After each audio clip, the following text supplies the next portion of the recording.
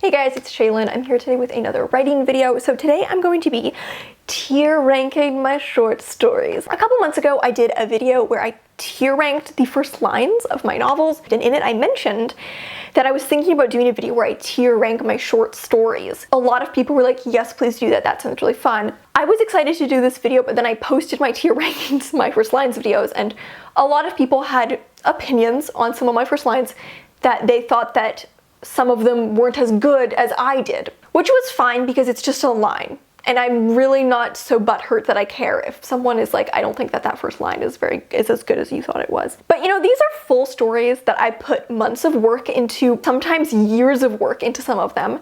Naturally, if you've read some of these stories, you may feel differently. You may feel that I'm ranking some of them too highly. You may feel that some of them are not good or not to your taste, or that there are things about them that you don't like. And it's fine if you feel that way, okay? You don't have to like my work. You don't have to like all my work. Just as it's bad etiquette to tag authors in negative reviews of their work, equally bad etiquette to just leave negative reviews of my work in a place where I can't decide not to look at it. Like, I'm gonna get these notifications about these comments. I'm not trying to say that my work is perfect or above critique, because it's absolutely not. You can just have those critiques for yourself. I am not doing this ranking based on the story's objective quality, because I don't think that that's possible for me to analyze.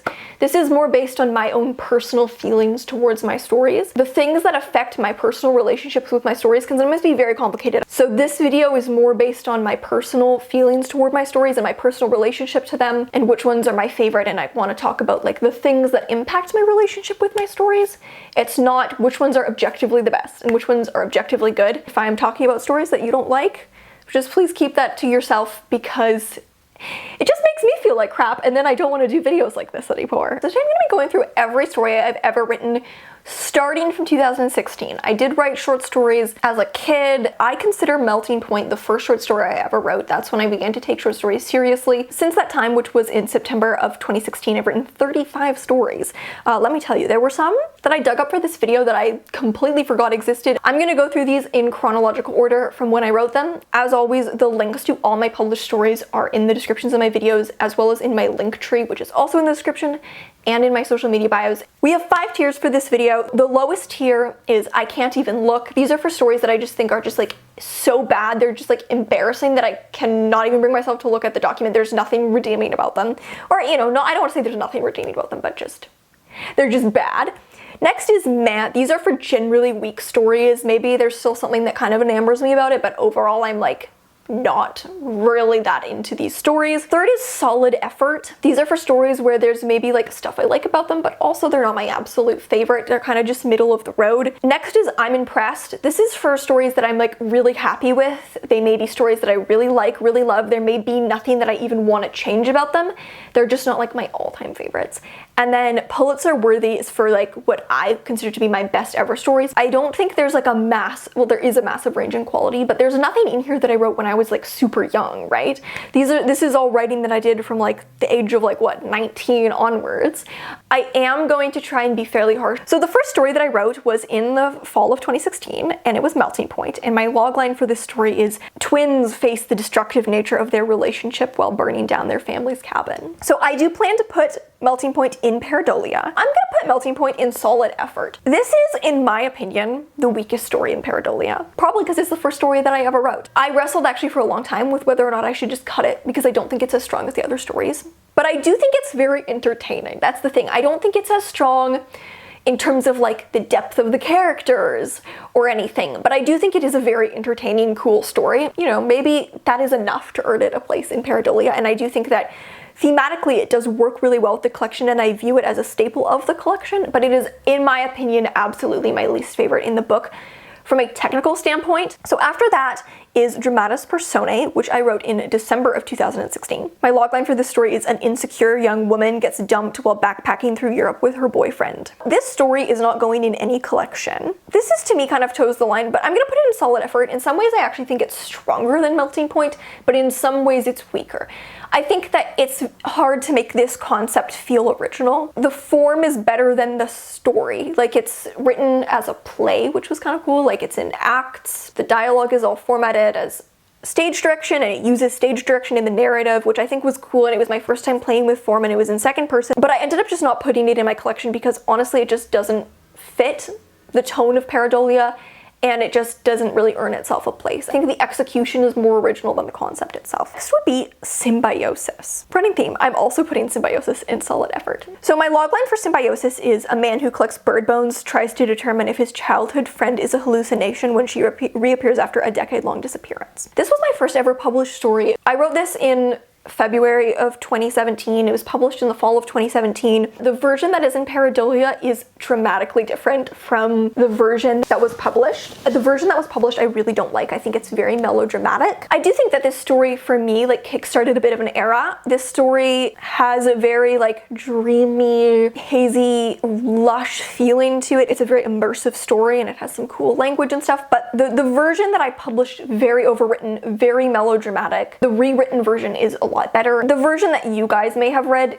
definitely pretty weak, but very important story to me, very special story to me. I actually planned to turn it into a novel for a long time, but I'm not going to. I just did everything I was wanting to do in the novel in the new version of the story. Kind of set the tone for Pareidolia and set the tone for my style for a long time. Really gave me a lot of confidence when I wrote it. I felt like it was the best thing I've ever written, which maybe at the time it was, but certainly not anymore. I've definitely grown dramatically since then. But I do think a lot of the ideas in there are really interesting. So the first story that I ever wrote is I Will Never Tell You This. As a language tutor witnesses his student drowning, he tries to find a way to explain their pseudo-father-daughter relationship to her mother. This is a story that I'm very associated with. I think it was my first larger publication. This was published online in the Puritan in 2019. A lot of people have read it. I've gotten so many messages and comments about the story over the years. I think people seem to read this one more than any of my other stories. I don't know why. I'm gonna put this in I'm impressed. When I read this story last year when I was editing Pareidolia, was actually quite impressed with this story. It was better than I thought it was going to be. I was actually really proud of it. This is one of those stories where it's like, even though I wrote it very early on in my career, I think it's a significant setup from those first 3 stories. Honestly, looking back on it, I'm actually like impressed that I pulled it off. I think it's a difficult story for me. It spans a very long period of time. The characters have very different backgrounds from me. I'm really proud of the dialogue. This was my first dialogue heavy piece, more grounded, relied more on genuine character interactions than like any kind of fabulism or intense plot or anything. I got emotional when I was reading it over. It's really sad. I think it's impactful. But I just like to think that since this was one of the first stories that I ever wrote, I like to hope that I didn't peak with the 4th story that I ever wrote, you know? A lot of people have sent me messages over there saying that it impacted them and that's meant a lot, and yeah, I don't have any beef with I Will Never Tell You This. I'm actually very proud of that story. So then I wrote a story called Anatomy. My logline for this story is an isolated tree farmer tortures a fallen oak tree that has crushed several of the trees she was growing. Very unhinged. It's about torture. That's going in meh. I wrote this quite quickly, and I did do a bit of polishing on it, but eventually I just felt like this just wasn't strong enough to earn a place in Pareidolia. It would have fit the vibe and the aesthetic very well, but just not strong enough. Not the worst thing I've ever written. There's some cool stuff about it. The trees talk, just not good enough, not deep enough, doesn't really say anything, doesn't really do anything that complex. So the next story that I wrote was also written in the summer of 2017, and it's Barefoot. Brothers living in poverty in Bangkok accidentally kill a stranger when they steal a bag. So this was published in the Fiddlehead in 2020. I'm also gonna put this one in I'm impressed. Again, I do think in some ways this is a pretty triumphant story for me. In terms of hours per words, this may be the most work that has ever gone into a story. The characters have extremely different backgrounds from me. There was research that went into every sentence of that story, so it was a very challenging story. Definitely one that I'm really proud of in a lot of ways. Nothing that I would really change about it. Again, I just think that I have grown as a writer since I wrote it, since it was very early in my short fiction journey. Next is Kudzu Girls. Kudzu Girls is a story that I have a very complex relationship with. So my logline for this story is a 12-year-old girl confronts her infatuation for her best friend in an abandoned greenhouse infested with kudzu vines that seem to manifest her desires. Submitted it to a university workshop and the class loved it. And the prof loved it. I felt kind of on top of the world. And so then I felt like, wow, this is gonna get published, it's my best work. And then it got 35 rejections from literary magazines. So I have a complicated relationship with the story because I think I tied a lot of worth to it. But I'm still gonna put it in I'm impressed because I do think that there is something special about the story that I guess magazines don't see. But I do think that I did something good with that one. So then is Wolf. And I wrote this story in like December 2017. A boy tries to connect with his sister who was abducted by a wolf pack. I'm gonna put this in meh. Partly because I never revised this story. I submitted this to a university workshop and it was the roughest workshop I ever had. The class was pretty tough on the story. The prof was not a huge fan of the story. I'd love to read it again, and I think there was some good prose in there. I ended up just putting aside because I think that it accomplishes similar things as Symbiosis in my collection, and I didn't need both stories, and I just had very bad associations with the story after the rough workshop. Going in meh, partly because I never revised it, so it never really got the chance to do better. So next up is The Lamb, which is a story you may not have ever heard me talk about because it sucks. My logline is: a woman struggles to connect with her daughter who returns to their family farm unrecognizable and with her new boyfriend. That is a terrible logline. This is going in, I can't even look. This is one of the worst stories I ever wrote. I wrote this story after a really bad writing burnout. I was so burned out and I couldn't get anything to work, and this is like the crappy story that I had to get out of the way. Like, there's really just nothing good about it, honestly. Then I wrote Peon in Space. I actually think I wrote that in one day. My logline for the story is: an astronaut's life flashes before his eyes when he gets into an accident in space. This is the final story in Pareidolia, and I think it fulfills its purpose of being the final story in Pareidolia. It's very short. It's just essentially a stream of consciousness. I do think it's very cool. To me, this is between I'm Impressed and Solid Effort. I think it accomplishes a specific thing and it doesn't really need to accomplish anything else. Is it as complex? Other stories I've written, no. I'm actually very happy with it, and I think that as the final note in the collection, it hits the exact note that I want. So then I wrote Wishbone. Like Peon in Space and The Lamb, this was written in the summer of 2018. My logline for this story is: a new mother takes her first trip away from her 1-year-old daughter to reconnect with an old friend at a grouse mating dance where the long dormant potential energy of their relationship finally comes to light. This is, I think, a really strong story.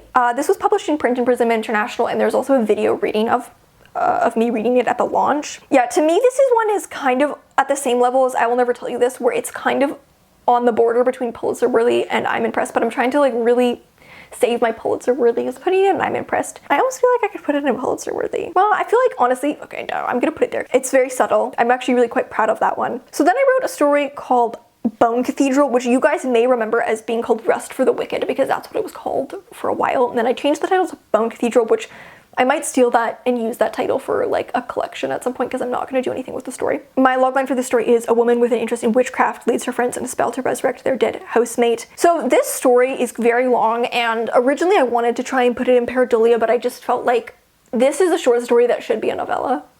And I just don't really have the investment to turn it into a novella because I don't know what I would do with that novella. I was gonna put it in my second collection, but again, I just feel like it would need so much work and be so long by the time that I was done that I didn't really need to be there. So I'm putting this in Solid Effort because there are some really cool things about this story. Some of the prose is awesome, some of the passages are awesome, the plot is super cool, the characters are all very specific and weird. There's a lot that I love about this story. However, it just needs major TLC, you know? And I don't think I'm ever gonna do that TLC. So then we have Hold Me Under Till I See the Light. I wrote this in December of 2018. My logline for this is: a teenage girl raised in a polygamous cult reconsiders her faith, her community, and herself when she develops unexpected feelings for her new replacement sister. I plan to turn this into a novel as well. This is gonna be my first Pulitzer worthy. It's very simple, but I just think the pieces fit together perfectly. It's not dense, it's very light. It was published in the New Quarterly. I just think this story like has a bit of a special quality about it. That's kind of the Pulitzer worthy ones, are ones that I think there's just something extra special about them. And I think this story has something extra special about it. The 14th story that I wrote is Solarium. My logline for this story is: a recovering heroin addict reflects on her relationships with her ex, her sister, and her addiction while at a silent mountainside day spa. I wrote this in January of 2019. This is going in Solid Effort. I really didn't like this story when I first wrote it. I wrote it for a class, and a class I hated. And then I did some revisions on it, and then I was like, I might as well submit this, and I submitted it to a contest, and I ended up getting runner-up in the contest, and it was published in Manola Review, and I got some really nice feedback on it online. It was never my favorite story, and then it was only when I was editing Pareidolia last year, reading the story over for the first time in years, that I felt moved by it. So I think it took me a very long time to appreciate this story. Next up is Beautiful Animal. The logline for this story is: a couple celebrates the end of their relationship by breaking into a stranger's backyard, where the narrator has to confront his attraction to his summer fling, an enchanting young woman who eats live animals. This was published in Room. This is also going in Pareidolia. I'm also gonna put this in Solid Effort. There's a lot that I love about this story. I think it's super freaky. It's like really gross and disgusting. A bit of a crime against nature. I don't know why I did that, honestly. It doesn't say anything super complex about humanity, but I do think it is a really cool story. So then I wrote a story called A Word That Rhymes with Fishhook. My logline for this is: a robot's loyalties are tested when it attempts to save its human best friend / owner during the robot uprising. I took a film class on apocalyptic film, and for our final project, we could write an essay or do a creative project, and I pitched a screenplay, and so I wrote this as a screenplay, and then I decided to rewrite it as a story. I think this is a really cool story with a lot of cool things about it. It's like between these two, but I'm just gonna put it in math. For a long time I was planning on putting this in my second collection, but I don't think I'm going to, just because I don't think it's strong enough. The first half of the story is just this robot reflecting on like what it means to be alive, which is actually, no, I'm gonna put in solid effort. There's some really cool stuff in there. There used to be a point where I was really proud of this story, but I think that I've just kind of lost excitement for it with time. Then is Migration of Crows. I did nothing with it. My logline is an ex-concert pianist recalls the tragic relationship that ended her career when a crow starts appearing at her window. I'm gonna put this in meh. It's a very depressing story, but it's just not very strong. There's really nothing that strong about it, I would just say. I just never saw a point in editing it because I just don't think it really does anything that interesting. So the next is a story you may have never heard me talk about, the subtle but key difference between shoegaze and dream pop. This was a more comic story. My logline is a roadie embarks on a relationship with a fellow crew member, but is more interested in the band's lead singer. This is going in meh as well, because the ending of this story is total garbage. This story has some really funny moments, and I think the main character is like kind of like pitifully hilarious, and like she does some stuff where it's like, girl, please don't. I never got the ending to work, and so I never really ended up doing anything with that story. So then is Train Jane in the Garden of Eden. I'm gonna put this in Pulitzer worthy.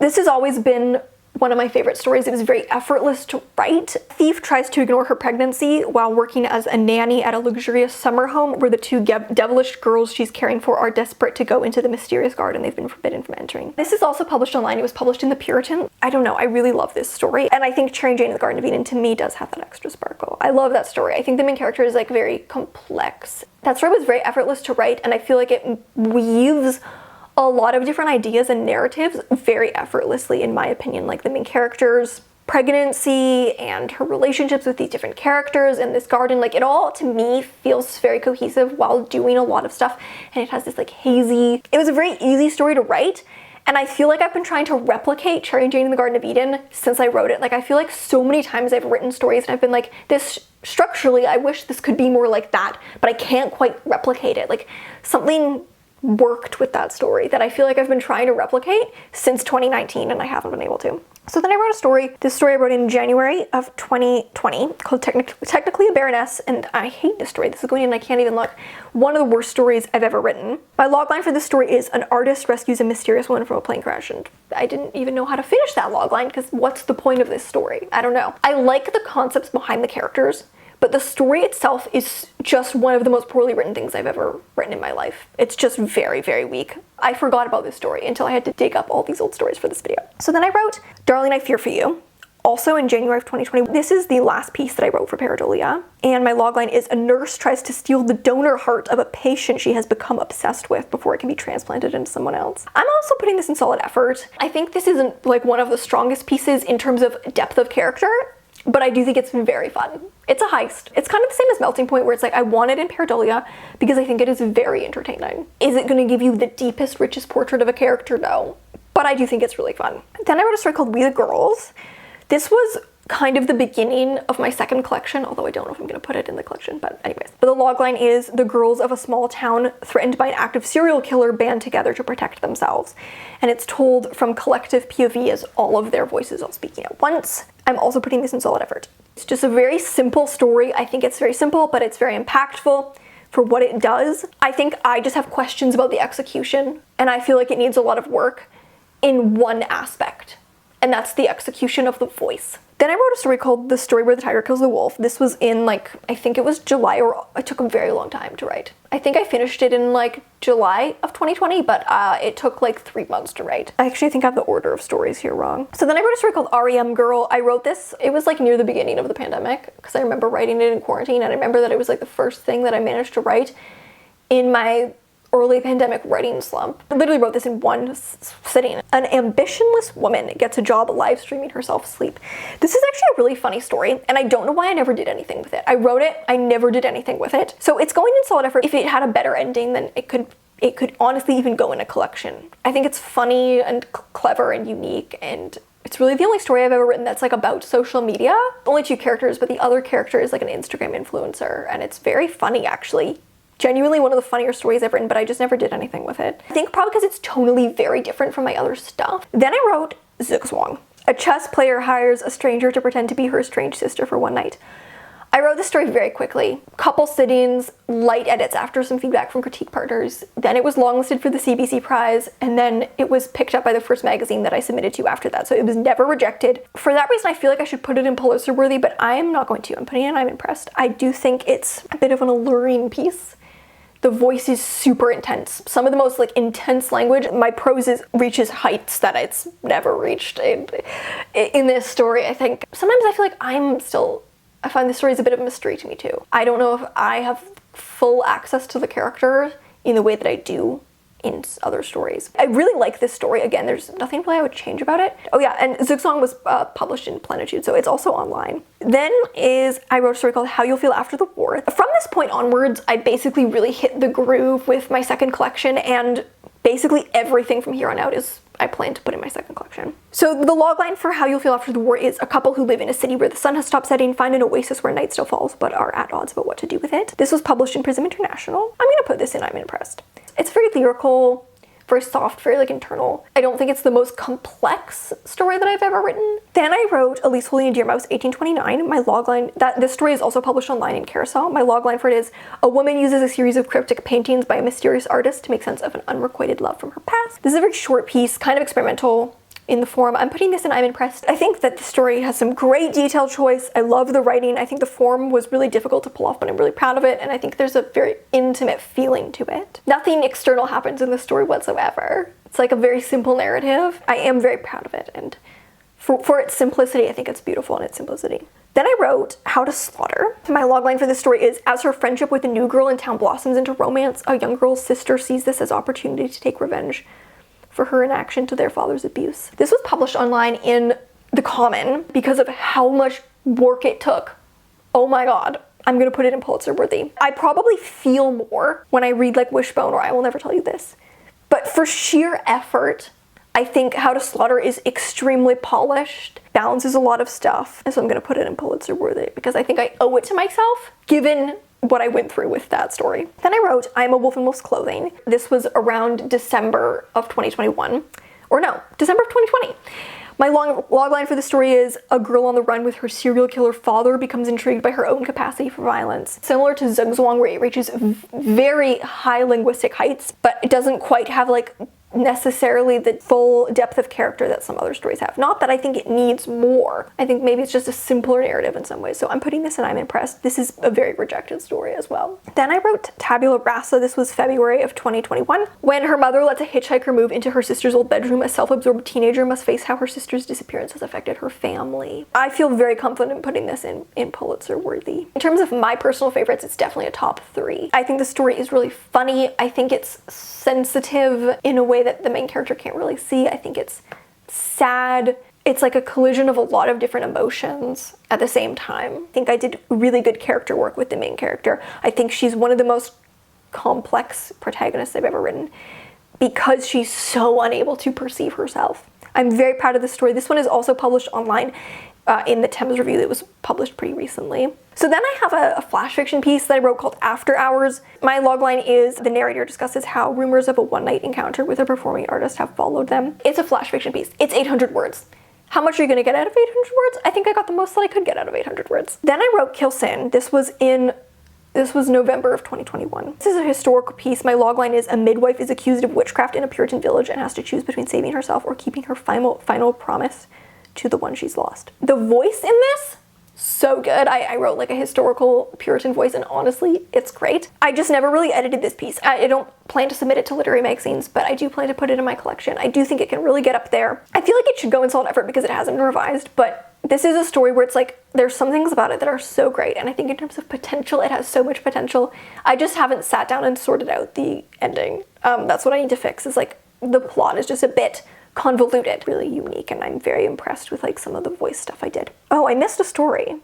Okay, the story where the tiger kills the wolf, I missed this. This is from way back in 2020. I wrote this in the summer of 2020, and it took a very long time to write. Sorry, I got distracted because I realized I had the stories in the wrong order, and then I actually wrote REM Girl first, and then I skipped over this one. My logline for this story is, a couple entrenched in a cult are at odds when they are meant to partake in a mass suicide ritual. This story conceptually great. Something about this story I have never been able to click. I have never been able to get the main character to click with me and like tell me why I am writing this story about him. Does that make sense? It's a very ambitious story. It's one of the most ambitious stories I've ever written. It has a dual narrative where this man is like in a cult, and then he's also rethinking this bedtime story his mom used to tell him about a bunch of scientists on an island. I've never been able to forge the connection with it that I need to get it to work, unfortunately. And I feel like the problem with this story is that it's so complex with so many elements, and yet it doesn't say anything about the characters.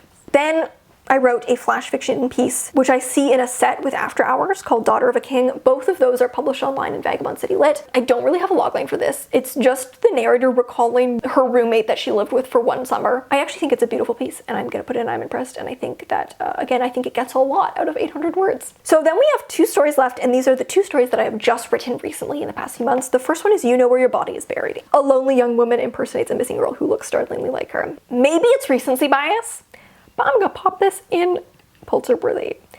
I really like this story, and to be honest, I might just be ranking it higher than other stories because I had such a long period of time where I didn't write any stories, and so writing this one felt like such a triumph. You know, I've just begun my journey of submitting this story, but I do think it's really, really cool, and it's just very slick, and I think the main character, there's a lot of ideas in this story, and I think that the story can dig into a lot of ideas, so I'm very proud of it. Then I wrote, the final story is Landline, which I just finished working on. A woman in an empty marriage has an affair with a telemarketer who sells lawnmowers. This is a more comic piece, and I'm gonna put it in I'm Impressed. Again, I don't think it's like the best story I've ever written, but part of that is because it has like no description, and I think I put a lot of value into my language, and this is very dialogue heavy. But I do think it's funny, really funny, and I do really like it, and I do think it has some, like with all the I'm Impressed stories, nothing I really want to change about it. I just want to see if there's any rearranging to do. I feel like I could be more generous with the Pulitzer worthies, you know? First of all is Wishbone. I'm gonna put Barefoot. I think that is, now that I think about it, a really complex story. I Will Never Tell You This honestly is close. Let's just put it there. Let's just be nice to myself. And then are there any from Solid Effort that I feel like could move up or down? Yeah, I'm gonna move Dramatis Personae to meh. It didn't deserve to be in a collection, and so I am gonna move it down. I think I feel pretty good about this. This does a pretty good job of encapsulating how I feel about my stories. Like, these are the ones that I'm embarrassed by, and I quite literally cannot even look. I never want to have anything to do with them. The mass stories are ones where it's like there is something about them that I admire, but overall I just find them very weak. The Solid Effort stories, a lot of these are worthy of being in a collection, but I just don't think they necessarily have the complexity or the craft that other stories have, or they need more work, or they're just simpler by design. And then the I'm Impressed stories are like favorites, you know, definitely really, really proud of these stories. And then the Pulitzer worthy ones are like my magnum opus. I guess you can't have a plural of magnum opus because your magnum opus is by definition your one true work. I think I feel pretty good about this. Yeah, this feels pretty accurate. Any of the stories that have been published are linked in my Linktree and in my description. Thank you guys so much for watching, and I will see you in another video. Bye.